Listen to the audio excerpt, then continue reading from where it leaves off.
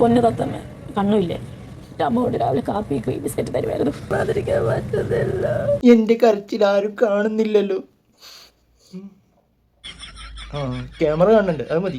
എന്റെ പൊന്നു തത്തേ, നിനക്ക് കണ്ണുമില്ലേ? ആ കണ്ണുണ്ടെങ്കിൽ നിന്റെ മുന്നിലെങ്കിലും അഭിനയിക്കാമേ.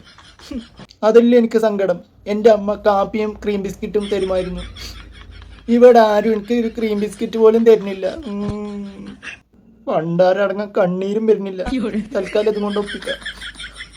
എൻ്റെ പൊന്നാര ചേച്ചി, ഇതിനൊന്നും സമയമായിട്ടില്ല. ഇതൊക്കെ സമയമാകുമ്പോൾ ബിഗ് ബോസ് എന്ന് പറയും. അപ്പം അഭിനയിച്ചാൽ പോരെ, എന്തിനാ അപ്പം തന്നെ ഓവറാക്കി ചാളാക്കണ്? അപ്പോൾ ബിഗ് ബോസ് സീസൺ 7 കരച്ചിലോട് കരച്ചിൽ. അനു കരയണു, രേണു കരയണു, റെന ഫാത്തിമ കരയണു.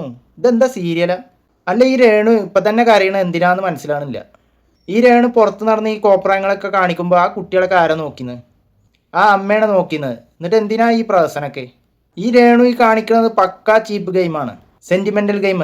പുറത്ത് വെച്ചിട്ട് സുധിച്ചേട്ടനെ വെച്ചിട്ടായിരുന്നു കാർഡ് ഇറക്കുന്നത്. അപ്പോൾ അതാ ഇവിടെ ഇതിൻ്റെ ഉള്ളിൽ കുട്ടികളെ വെച്ചിട്ടാണ്. പുറത്ത് വെച്ചിട്ട് ജനങ്ങളെ മണ്ടന്മാരാക്കിയൊന്നും ജനങ്ങൾ മറന്നിട്ടില്ല. ഈ ഷോയിൽ വരുന്നതിൻ്റെ മുന്നേ തന്നെ കുറേ വീഡിയോസുകളൊക്കെ എടുത്തു വെച്ചിട്ട് PR ടീമിനെ ഏൽപ്പിച്ചിട്ടാണ് പുള്ളിക്കാരുടെ വരവ്. ഇതിൽ ജയിക്കണമെന്നുണ്ടെങ്കിൽ കരച്ചിൻ്റെയും മിഴിച്ചിൻ്റെയും PR ടീമിനെ വെച്ചിട്ടൊന്നും ഒരു കാര്യമല്ല. നല്ല രീതിയിൽ ഇതിൻ്റെ ഉള്ളിൽ ഗെയിം കളിച്ചാൽ മാത്രമേ ജനങ്ങൾക്ക് ഇഷ്ടമായി കഴിഞ്ഞാൽ ജയിപ്പിക്കുള്ളൂ. എന്തായാലും അത് കഴിഞ്ഞു. ഏതാനും നിമിഷങ്ങൾക്കകം രേണുവിൻ്റെ യഥാർത്ഥ സ്വഭാവം പുറത്തു വന്നിരിക്കുന്നു. അതൊന്ന് കാണാം.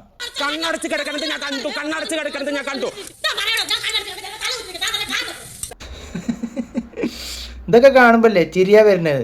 എന്തൊക്കെയാണ് ഈ രേണു കാട്ടിക്കൂട്ടുന്നത്? ചില നേരത്തെ രേണുവിനെ കാണുമ്പോൾ മായാവിത്തെ ഡാഗിനി അമ്മൂമ്മനെ ഓർമ്മ വരുന്നത്. അമ്മാതിരി പെർഫോമൻസ് അല്ലേ. പിന്നെ അനീഷിന് എല്ലാവർക്കും ദേഷ്യമാണ്.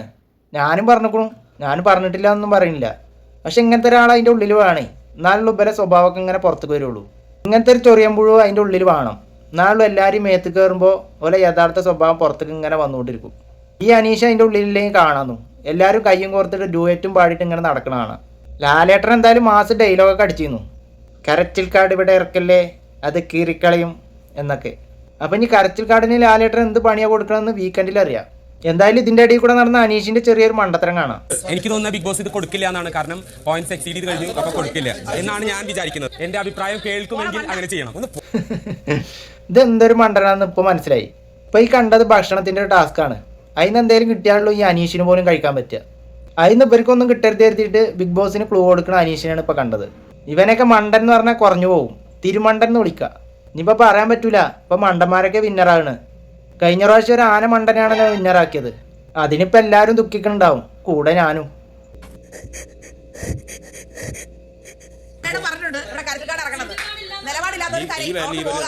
അതെന്തായാലും ഷാരിക പറഞ്ഞത് കറക്റ്റാണ്. ഈ അനുമോളുടെ ഒരു കാര്യം, സ്റ്റാർ മാജിക്കിൽ തന്നെ എല്ലാവരെയും കരഞ്ഞ് പറ്റിച്ചിട്ടാണ് ഇങ്ങോട്ട് വന്നിക്കുന്നത്. ഇനി ഇവിടെയും അതേമാതിരിയുള്ള കരച്ചിലോ? ലാലേട്ടാ, ഒരു റിക്വസ്റ്റാണ്, ഇതിപ്പോഴേ നിർത്തിയിട്ടില്ലെങ്കിലേ ഇനി വരുന്ന എപ്പിസോഡുകളിലൊക്കെ കൂട്ടക്കരച്ചിലൊക്കെ അതെന്തായാലും ഉറപ്പാ. പിന്നെ അപ്പാനി ശരത്ത് കാലുമ്മ കാലൊക്കെ കയറ്റിയിട്ട് മറ്റേ ചൊറിയം പുഴുവിനെ ഇട്ട് അലക്കണുണ്ട്, അതൊന്ന് വേണം. ചുളിവിലൊരു ക്യാപ്റ്റൻ, നീ തീവ്ര അനീഷ, നിന്റെ ട്യൂട്ടോറിയൽ കോളേജിലെ പഠിത്തവും അതും ഇതൊക്കെ നിർത്തി വെച്ചിട്ട് നീ ഇവിടെ താഴോട്ട് ഇറങ്ങി നിനക്ക് എന്താ? ഓ മാസ് അല്ലെങ്കിൽ ഈ അപ്പാനി ശരത്ത് ഇങ്ങനെ തന്നെ.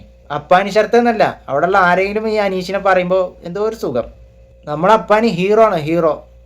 എന്നിട്ട് നമ്മുടെ ഹീറോ എന്ത് ചെയ്യുന്നു അതൊന്നും കണ്ടുനോക്കാം. ബിഗ് ബോസ് ഞാൻ ജയിലിലേക്ക് ഡയറക്റ്റ് നോമിനേറ്റ് ചെയ്യുന്നത് ശരത്തിനെയാണ്. ജയിലിൽ പോയി കിടക്കട്ടെ അവൻ. ഇപ്പൊ എന്താ ഉണ്ടായേ? അപ്പാനി ശരത്ത് ഷപ്പാനി ശരത്തായോ? ഇതിനാണ് പറയണ വടി കൊടുത്ത് അടി വാങ്ങുകയെന്ന്.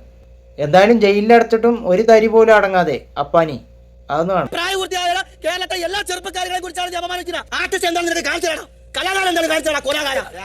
ഇതിലെന്തായാലും മാസുണ്ട്. അനീഷിന്റെ മേലെ കൊല ഗാണ്ടിലേർക്കെ കൊല്ലാമ വിടമാട്ടെ. അല്ലെങ്കിൽ അനീഷ് കാട്ടിയത് പക്കാ തെണ്ടിത്തരല്ലേ.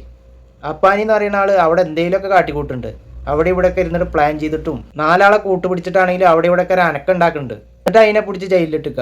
അവിടെ ട്രൗസർ ഇട്ടിട്ട് വെറുതെ തിന്നും കുടിച്ചിരിക്കണ കുറേ എണ്ണുണ്ട്. അതിത്തെ ഏതിനെങ്കിലും ഒന്നിനെ കൊണ്ടുപോയിട്ടാൽ മതി. അതെന്തായാലും അനീഷ് കാട്ടിയ തെണ്ടിത്തരായി. എന്താ നിങ്ങളെ അഭിപ്രായം? കമന്റിൽ രേഖപ്പെടുത്തുള്ളൂ. എന്തായാലും ഈ പരിപാടി ഇഷ്ടമുള്ള ആൾക്കാരുണ്ടാവും, ഇഷ്ടമില്ലാത്ത ആൾക്കാരും ഉണ്ടാവും. അതൊക്കെ ഓരോരുത്തരുടെ ഇഷ്ടം.